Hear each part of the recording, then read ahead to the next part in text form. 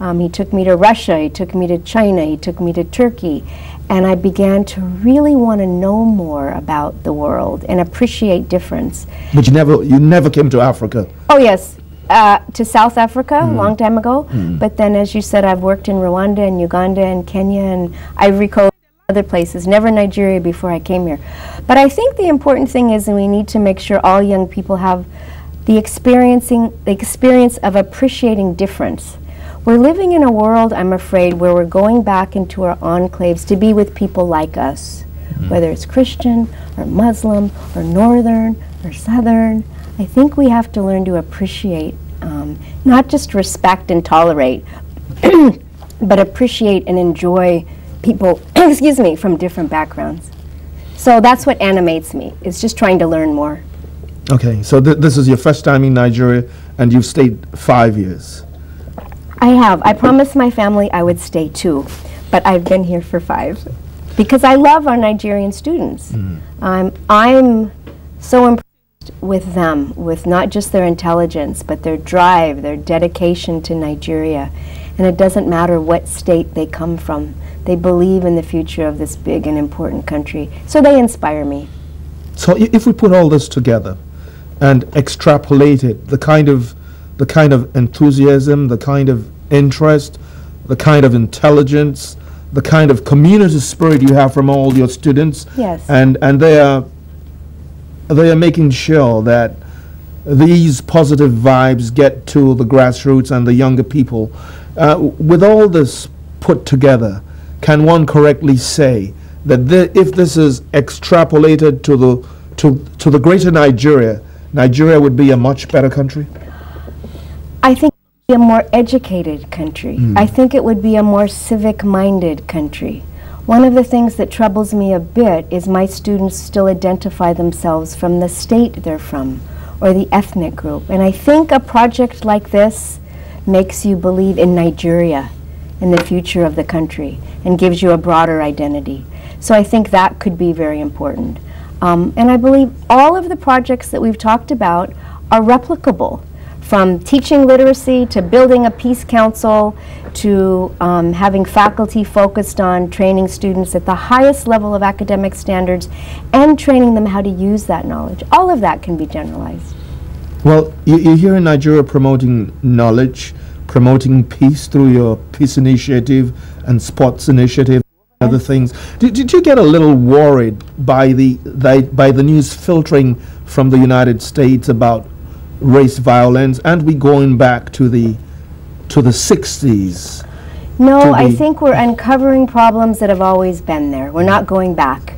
We're saying America better continue to deal with its racial challenges.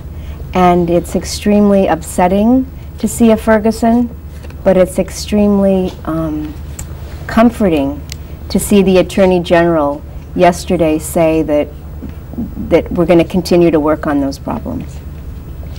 Madam, is there a direct link between community engagement of your students and the zero disciplinary issues you have on campus? Absolutely. You know, any university is challenged with young people who think they can do anything when they get away from home. We have a zero tolerance policy. Explain that. Drugs. Explain that. Okay. So we have, when a student comes to AUN, they sign a code of conduct, and their parents sign that code of conduct. And it lays out very carefully our expectations for their behavior. There is no drinking. There are no drugs. You will go to classes. You will not cheat. They sign it. Their parents sign it. Here's the consequences. If you do it once, we all make mistakes once. If you do it once, you go through a learning process. You come up before a student council of your peers with facts on it. And you have to explain why you cheated on that exam and how you're going to learn to never do that again. So we treat some of these problems as learning issues. So if you do it once and it's not serious, you have a chance. If you do it twice, you are expelled. And I'm expelled. Absolutely, and I'm tougher than I look. Unfortunately, we've had to expel students. But what's really wonderful, and we're getting ready for a board meeting here, and we've looked at the statistics from our Dean of Students, we haven't had anything in 2 years. So what I believe is when we know what's expected of us and we're held accountable and we know what the consequences are and those consequences are put in place, we behave. So maybe we should talk about this with governance, holding people accountable and making sure they know the consequences. We do it with our students. We have a zero tolerance and they know it and they respect it actually.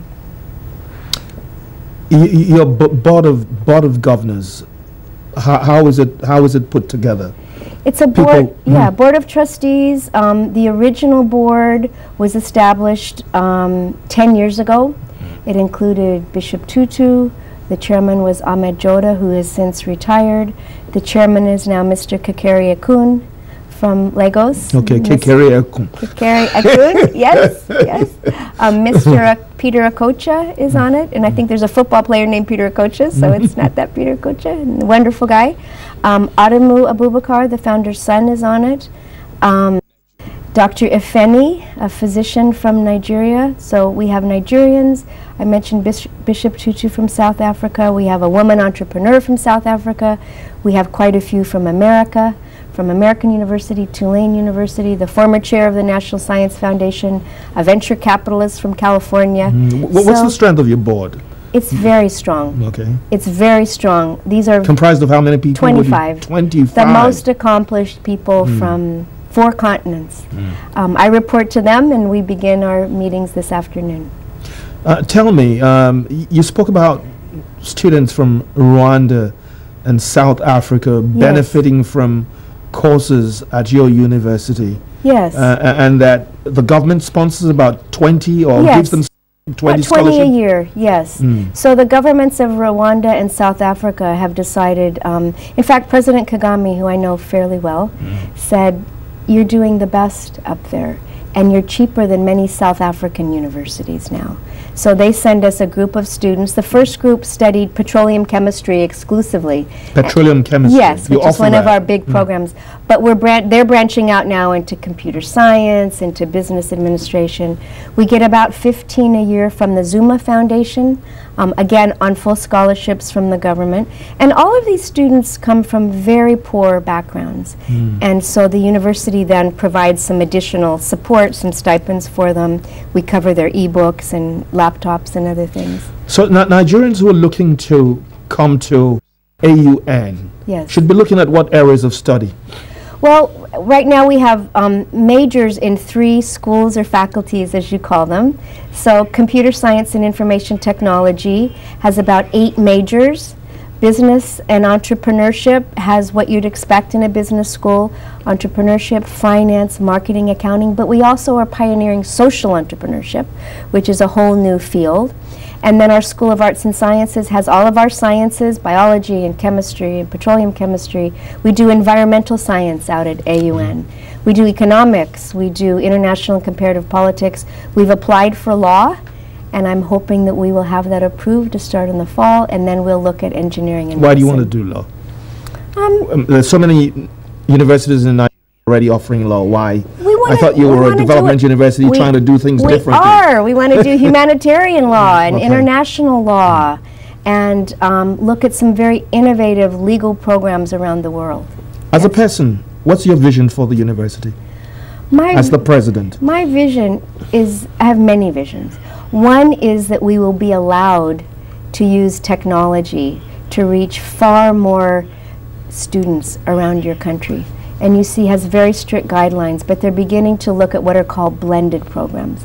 My vision is that AUN is in Lagos, it's in Abuja, it's in Calabar, it's in Kaduna, it's in Sokoto, and we're doing innovative, high-quality programs for the whole country. Professor Ensign, I'm sure you can go on and on. I'm sorry to interrupt the flow of your thoughts, but unfortunately time is up.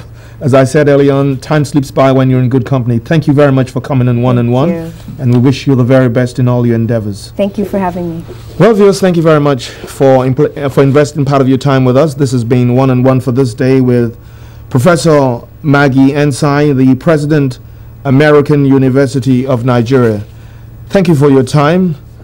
On behalf of all of us, this is Bayo Adewusi saying today has been nice, today has been fun, tomorrow is another day and will even be better.